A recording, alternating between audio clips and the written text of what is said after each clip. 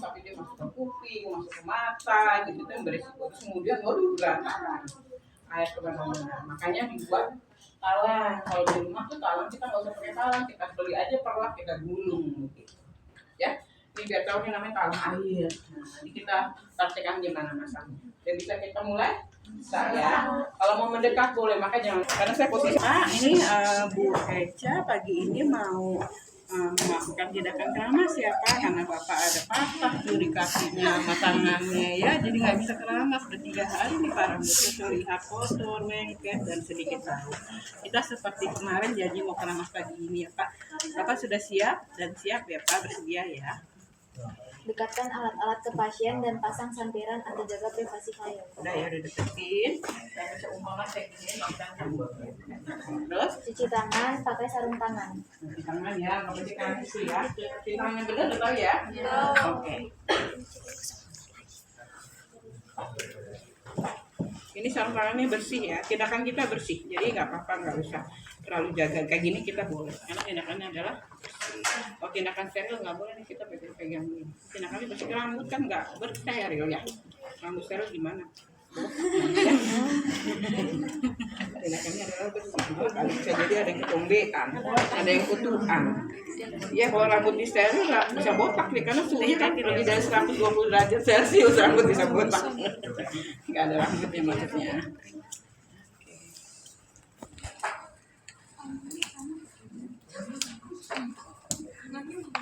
Ya biasain tuh saya bakar soalnya jadi pas tuh enak kalau kerja tuh gini enak.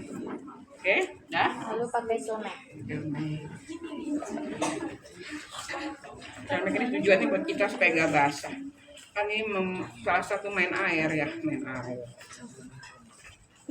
Somek kita itu bentuknya plastik. Kalau di rumah sakit rata-rata kain mereka. Kenapa mereka kain? Karena mereka pakai disterilkan, disteril dengan baju-baju pasien begitu. Kita iya, pakai kain. Terus Angkat bantal, atur posisi klien dengan kepala di pinggir tempat tidur, ganti selimut tidur dengan selimut mandi. oke. Ya kita pindah posisi dulu ya Pak ya. Untuk ini tempat tidurnya begini kan? Kayak saya pengen tahu. Bisa diturunin nggak? Di bawah, diputar-putar di bawah. Putar bawah. Makanya dia terlalu tinggi dia nanti nenggak. Tarik. Diputar. Kayak orang lagi pusing itu bukan dikasih bantal malah direndahkan posisinya ya. Nah, ini karena kan kepala tuh nggak bisa. Nah, harusnya kan dia bisa lah. Oke, dah. Oh ya ganti selimut ini ya. Ini miring gini. Ini garis-garis. Oh, sekalian ganti spray nggak apa-apa kan? Boleh, nggak apa-apa, nggak usah pakai selimut ini. Oke, ya. Lagi. Lalu awali dengan basmalah, bentangkan handuk dan talang air di bawah kepala klien. Ada di luar yang bisa buat begini. Itu di bawah talang air kan? Ujung talang air dimasukkan ke dalam ember kosong.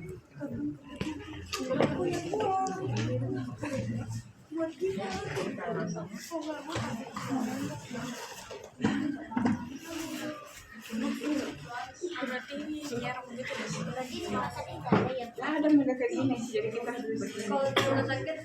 Gulung sendiri. gulung pakai nggak usah pakai tangan mungkin tapi perlak aja digulung supaya nggak kemana-mana. Basah kalau ini.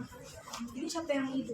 Ini dosen kita di sini, dosen kami kita mikir sendiri buat sendiri.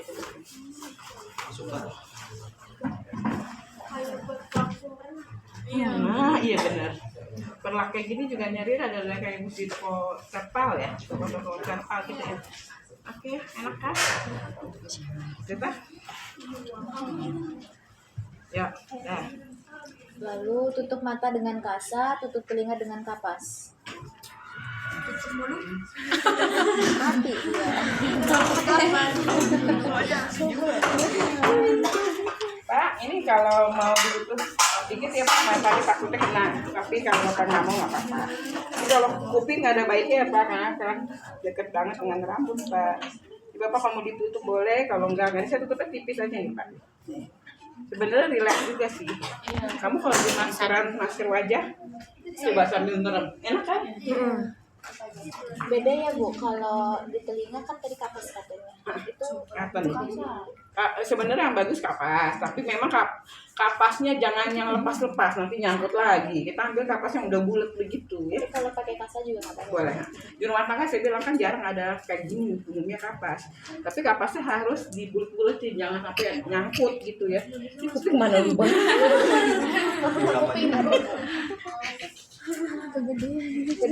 Yang bikin video ketawa nih. Omongan saya. Udah lah, udah ya, ini gimana maksudnya? Kuping siapa ini? Coba bantu. Udah ada lubangnya? Itu nggak ada lubang. Emang ada lubangnya? Ada daun telingannya. Ya udah, tapi gini ya. Oke, terus? Sisir rambut klien dari ujung ke pangkal rambut. Oh ya, kenapa coba disisir dulu? Tujuannya apa? Biar nggak kusut. Biar nggak kusut. Jadi kalau kamu mau keramas sebenarnya kamu sisiran dulu nih. Aduh, bapak rambutnya pada kemana? Sisirannya ece-ece jadinya Pak. Nah ini kalau ada yang rambutnya ada kutuan, pakai apa coba? Baru Serit. Serit sebelum habis serit keramasnya pakai apa? Sekalian nambah peditok. Habis dikeramasin, dikasih peditok, tutup pakai kain putih kayak good morning gitu loh. Diamkan berapa jam? Bilas. Terus nanti kutu nempel di good morning. Dan saya pernah praktekin begitu. Habis itu besok saya gas tuh rambut saya. Saya waktu ujian KDM gak ngepasnya dengan gangguan jiwa. Sedikit bercerita ya. Jadi saya gimana supaya dia tenang, saya beli kacang kulit. Kalau coklat cukup habis ya. Jadi dia nyampah tuh pakai kacang kabulin sebungkus habis, selesai juga keramasnya.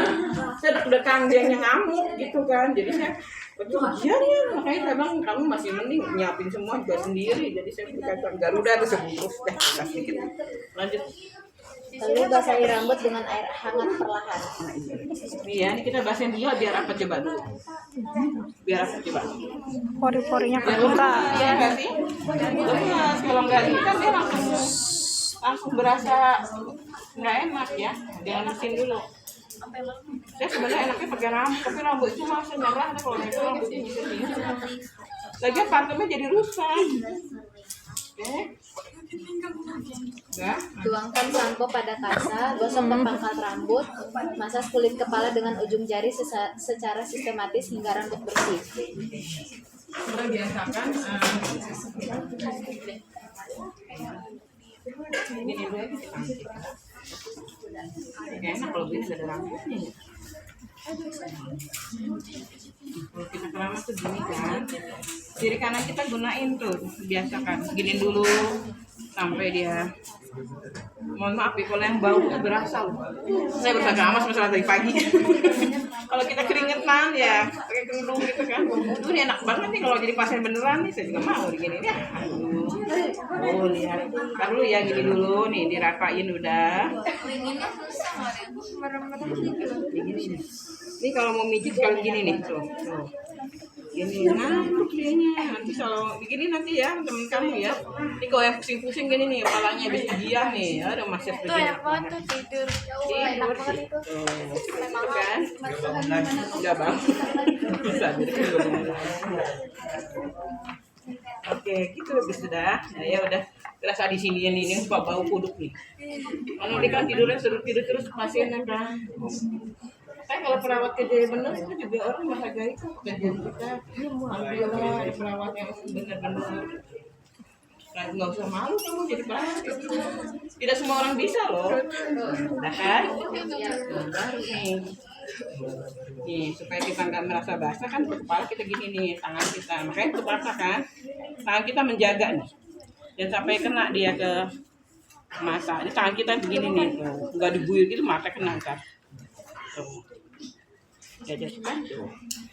Nanti ke mahasiswa nih men begini. Sampai dia sabunnya udah ada.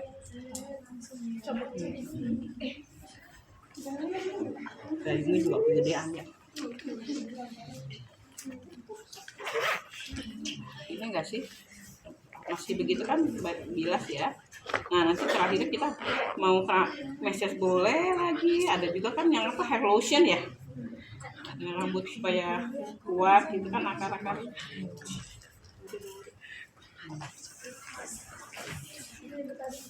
Nah,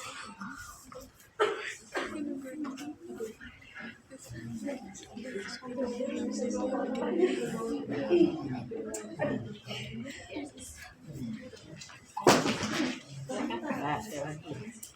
Karena nggak ada rambut gampang kan. Kalau kamu ada rambutnya panjang, nah nanti coba belakangan lagi ya. Kasihan deh coba belakangan.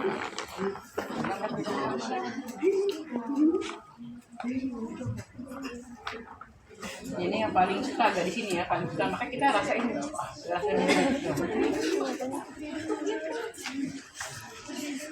Makanya cewek yang lagi perawat nggak boleh pakai gelang doang ya kayak gini, kadang-kadang kena kepala orang. Nggak boleh pakai gelang, cincin, gitu kan nggak boleh ya. Selain infeksi noso, Anjay. bersih kan kan? Berasa juga caranya megangnya enak. Ya nggak sih? Ya. Jadi kalau nanti ada yang keramas berantakan, berarti belum pintar tuh. Ininya nggak untuk kan nggak tumpah kan? Tuh. Nah ini yang ini kita buat ini dulu. Ini dulu sebentar. Gini kan. Enak kan? Oh, nggak apa-apa enak aja duluan. Nah ini kita minum dulu.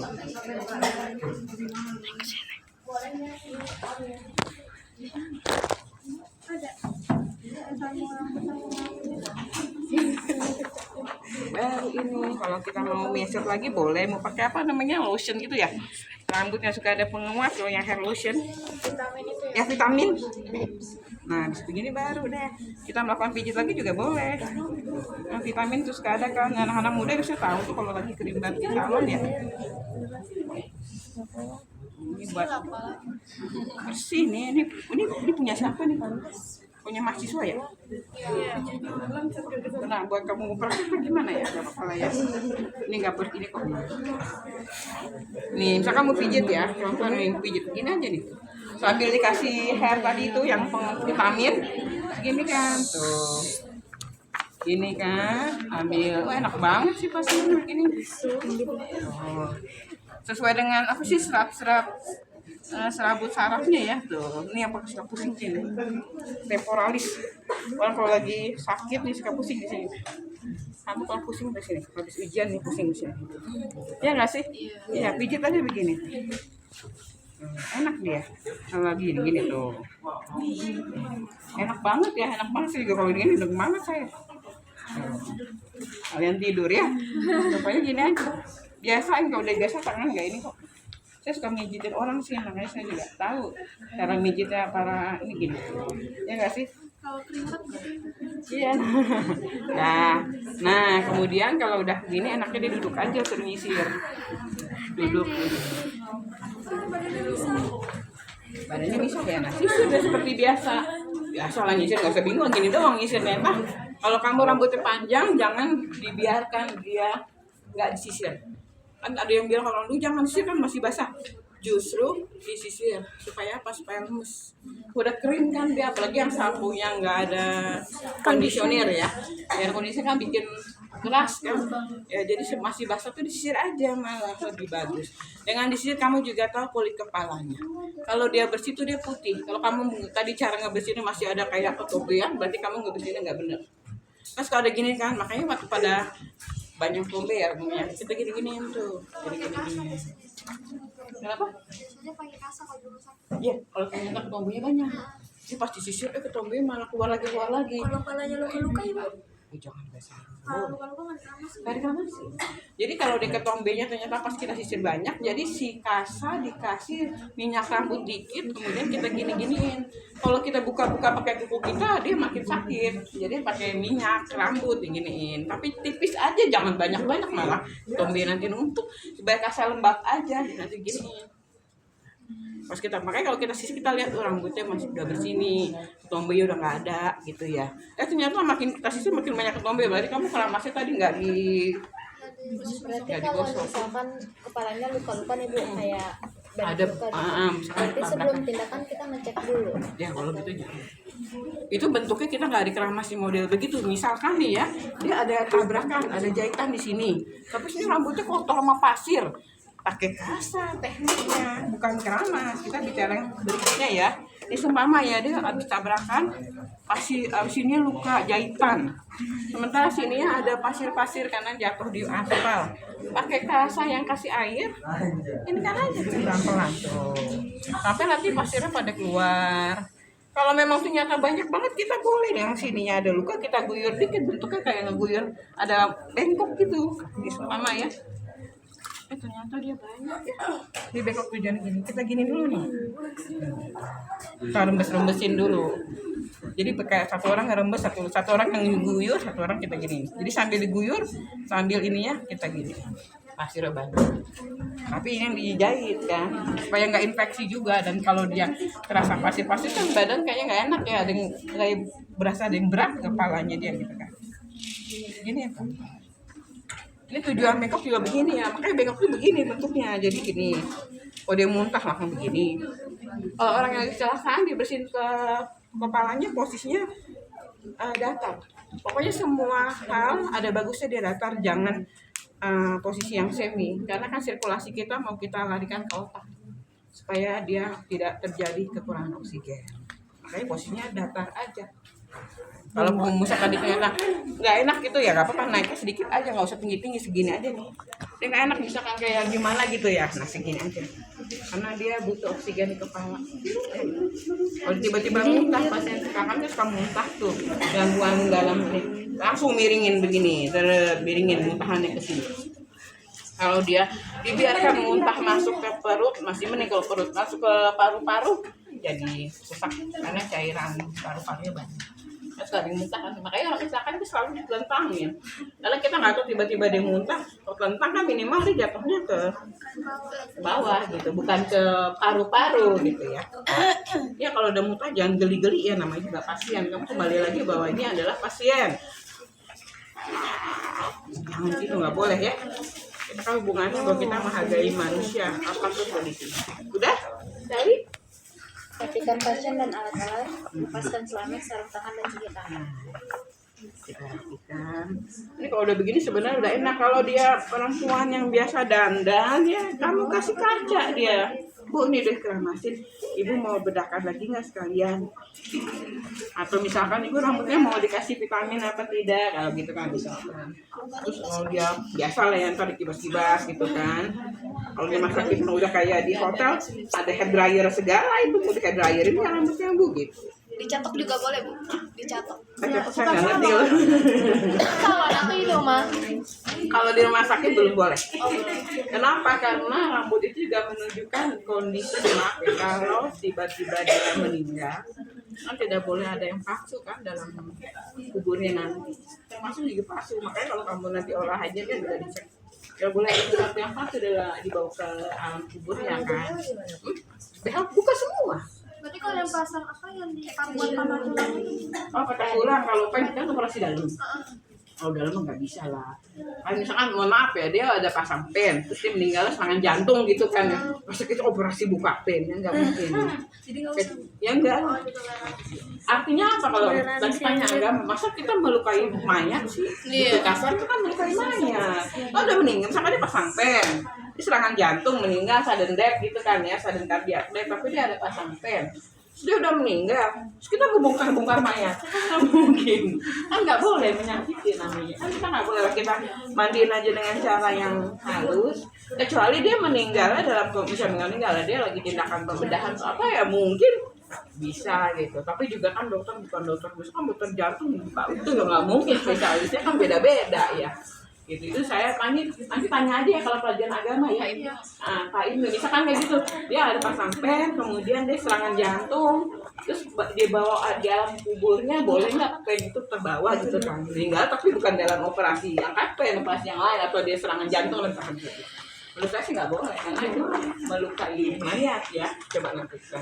Tapi makanya kalau yang bisa dilepas, gigi palsu, apalagi tuh rambut, itu makanya lepas sebelum serangan itu dibilang saya. Makanya kamu rumah sakit kan ada surat pernyataan apa yang ada dalam tubuhnya. Misalkan saya punya gigi palsu, saya punya ini, nanti pas itu oh terjadi. Warga juga kasih tahu punya gigi palsu. Kalau selama ini Selama ini kayak tato, iya kayak tato, nggak tahu deh. Di ini di laser biar laser. Mainnya di kelamaan. Sebenarnya saya kalau bicara mungkin agak berbeda kali. Saya memang tidak menganjurkan ada perubahan wajah karena kecantikan, nggak boleh ya. Pasang gigi palsu kan kayak saya pasangin palsu bukan kecantikan karena saya nggak bisa makan malah nggak gitu. Atau yang giginya berantakan supaya dia tidak merasa malu. Tapi kalau sudah rapi lepas, itu anak saya begitu. Saya tanamkan nama dia berantakan, setelah itu rapi lepas karena tujuannya kan dia percaya diri, kasihan juga kan masih muda, tapi nggak jadi berwarna karetnya merah kuning dan sebagainya, enggak hanya begitu kan lalu ya warnanya dari sampai selesai lepas karena kita tujuannya kan membuat dia percaya diri aja bukan kalau yang sudah sempurna ya udah gitu kayak aku kan udah bagus nggak boleh disebut ya menurut saya sih gitu kalau agama ngajarin gitu. Ada lagi yang nanya kan? Tapi Bu, kalau misalkan gigi palsunya permanen, Itu dia. Saya gigi palsunya ada juga. Saya nggak sudah berumur. Jadi saya waktu itu juga nggak mau yang permanen. Karena saya takutnya saya meninggal mendadak. Jadi saya gampang lepasinnya. Kalau yang permanen,